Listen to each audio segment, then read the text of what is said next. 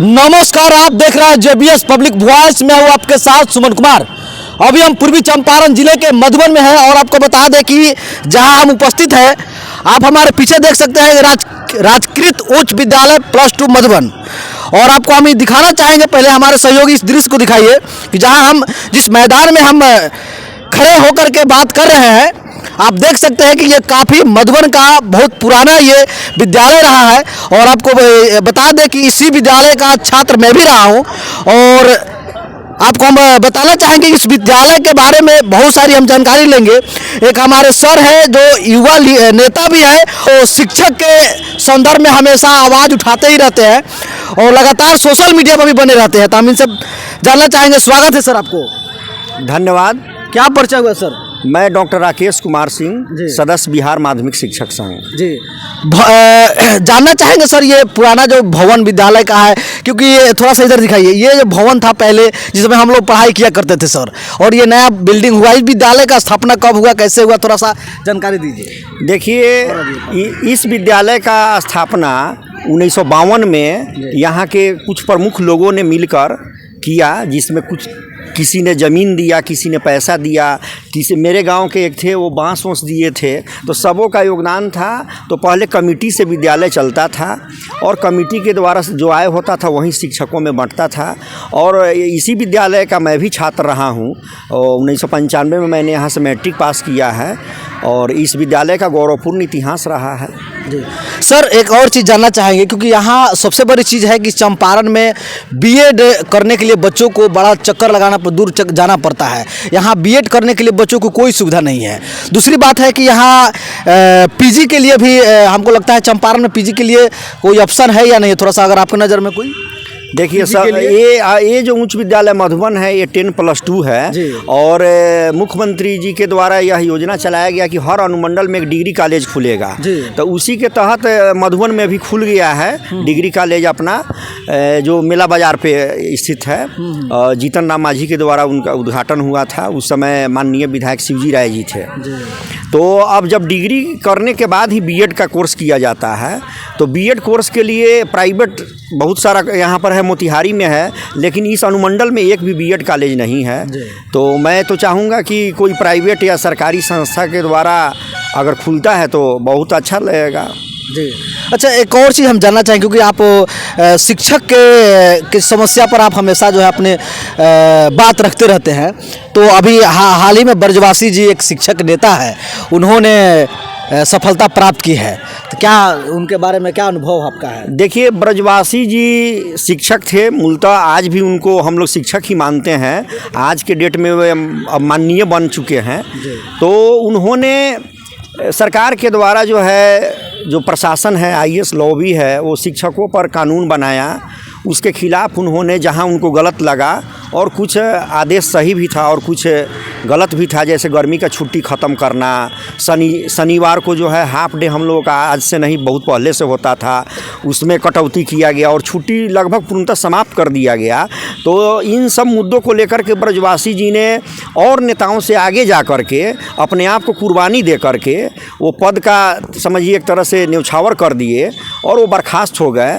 और उसके बाद में देवेश चंद्र ठाकुर जी जो अभी एमपी बन गए हैं, वो पहले एमएलसी थे, वो भी हम लोगों का मदद करते थे, लेकिन वो पार्टी के सीमाओं में बंधे हुए थे। लेकिन ब्रजवासी जी शिक्षक मुद्दा को लेकर के वो जब बर्खास्त हुए तो चुनाव मैदान में आए और इंडिपेंडेंट आए। सबसे बड़ी बात है निर्दलीय चुनाव जीतना आज के ये व्यवस्था में, व्यवस्था से मतलब आप समझ सकते हैं, उन्होंने शिक्षक के बल पर और शिक्षक ने ईमानदारी पूर्वक उनको मदद किया और आज के डेट में हम लोग उनको माननीय बना चुके हैं। क्या संघर्ष करने वाले के लिए पार्टी मायने नहीं रखता है? देखिए, ब्रजवासी का जीत जो है वो लोकतांत्रिक मूल्यों की जीत है और उनकी जीत जो है वो लोकतंत्र की जीत है और इससे लोकतंत्र मजबूत हुआ है। और वैसे लोगों को फ़ायदा हुआ है जो आशा में रहते हैं कि सामर्थ्यवान ही चुनाव लड़ सकता है, जीत सकता है, लेकिन ब्रजवासी का जीत जो है ये साबित करता है कि जिसमें ईमानदारी है, जज्बा है और जो संघर्ष करेगा उसको भी मंजिल प्राप्त होगा। ब्रजवासी का जीत यही साबित करता है और अन्याय के खिलाफ अगर आप लड़िएगा तब भी आपको सफलता मिलेगा। उन्होंने जो उनको गलत लगा, कुछ डिसीजन गलत था, मैं भी मानता हूँ, और सरकार पुनः उसमें संशोधन भी कर रही है। तो ब्रजवासी का जीत हम लोगों की जीत है और खुशी है। शिक्षा के क्षेत्र में अभी सिद्धार्थ जी अभी जब से आए हैं तब से कहीं ना कहीं शिक्षाओं में खलबली मचा हुआ है, आपको क्या लग रहा है? नहीं, खलबली नहीं मचा हुआ है। उन्होंने जो इंस्पेक्शन लगातार सप्ताह में 4 दिन 5 दिन चल रहा था, तो अभी टेक्नोलॉजी का ज़माना है। उन्होंने ऐप के माध्यम से शिक्षकों को एक तरह से डाटा बेस तैयार करके कि कौन शिक्षक कहाँ क्या कर रहे हैं, तो टेक्नोलॉजी का ज़माना है, वो किए हैं, स्वागत योग्य है। शिक्षक को रहना चाहिए विद्यालय में, पढ़ाना चाहिए। अच्छा, पहले के जो शिक्षक थे जिन लोग पर कहीं ना कहीं आरोप लगता था कि पढ़ाते नहीं थे स्कूल में, शिक्षा कहीं ना कहीं चरमरा चुकी थी, लेकिन अभी जो बीपीएससी के जो बहुत सारे शिक्षक आए हैं, या जैसे सिद्धार्थ सर या के पाठक जी आए हैं, उससे शिक्षा में क्या अभी सुधार आई है? देखिए, सबसे पहले ये एक नैरेटिव बनाया जाता है कि शिक्षक नहीं पढ़ाते थे। आज जो नियोजन शब्द जो है, नियोजित शिक्षक जो थे, वो सब जो है क्वालिफाइड थे। एमए बीएड, मैं खुद पीएचडी होल्डर हूँ और 10+2 में लाइब्रेरियन पद पे मैं कार्यरत हूँ अभी। तो ऐसा नहीं है सब क्वालिफाइड, यहाँ एमए से बीएड से कम कोई है नहीं। तो उस समय एक व्यवस्था बना था, उसके तहत लोग बहाल हुए थे और नियोजित शिक्षक जो है 17-18 साल से बहाल है। तो उन्हीं का शिष्य आज के डेट में जो बीपीएससी है, उसमें आधे से अधिक तो नियोजित शिक्षकों के द्वारा पढ़ाए गए हैं। तो अगर आप पढ़ाई नहीं हुआ तो आईआईटीएन कैसे बना, आईएएस का रिजल्ट कैसे आया? तो ये एक धारणा बनाया गया शिक्षकों का इमेज खराब करने के लिए, जो गलत था।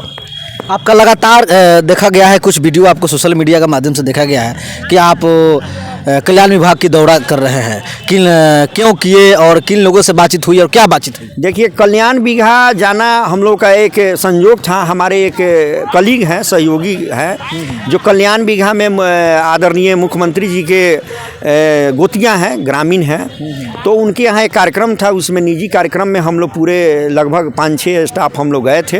तो कल्याण विभाग का एक जगह हम लोगों ने देखा और ऐसा लगा कि नहीं, मुख्यमंत्री जो एक ड्रीम अपना रखते हैं, तो उन्होंने गांव में भी वो दर्शाया है। जब हम लोग बख्तियारपुर से कटे तो वहाँ से ही लग रहा था कि एक अलग अनुभव हो रहा था कि उन्होंने काम किया है। और गांव में जाने के बाद मैंने देखा कि आईटीआई कॉलेज उन्होंने खोला है, 10+2 स्कूल है, हॉस्पिटल है, थाना है और शूटिंग रेंज का भी उन्होंने, जहाँ राइफल का शूटिंग होता है, और इसके अलावा भी और भी बहुत सारी चीज़ को वहाँ का जो आप कहीं ना कहीं गांव में आप घूमे, भ्रमण किए, जो विकास देखने को मिला, क्या लग रहा है कि वो विकास आपके वहाँ से हट करके चंपारण में किसी गांव में इस तरह का देखने का विकास मिला?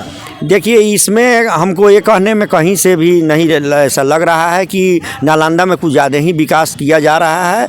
तो ये मुख्यमंत्री का चूँकि अपना पैतृक गांव है, तो स्वाभाविक है कोई भी अगर कहीं भी विकास हो रहा है तो अच्छी बात है, लेकिन उसी अनुपात में और जगह भी विकास होना चाहिए। चलिए, बहुत बहुत धन्यवाद सर। धन्यवाद।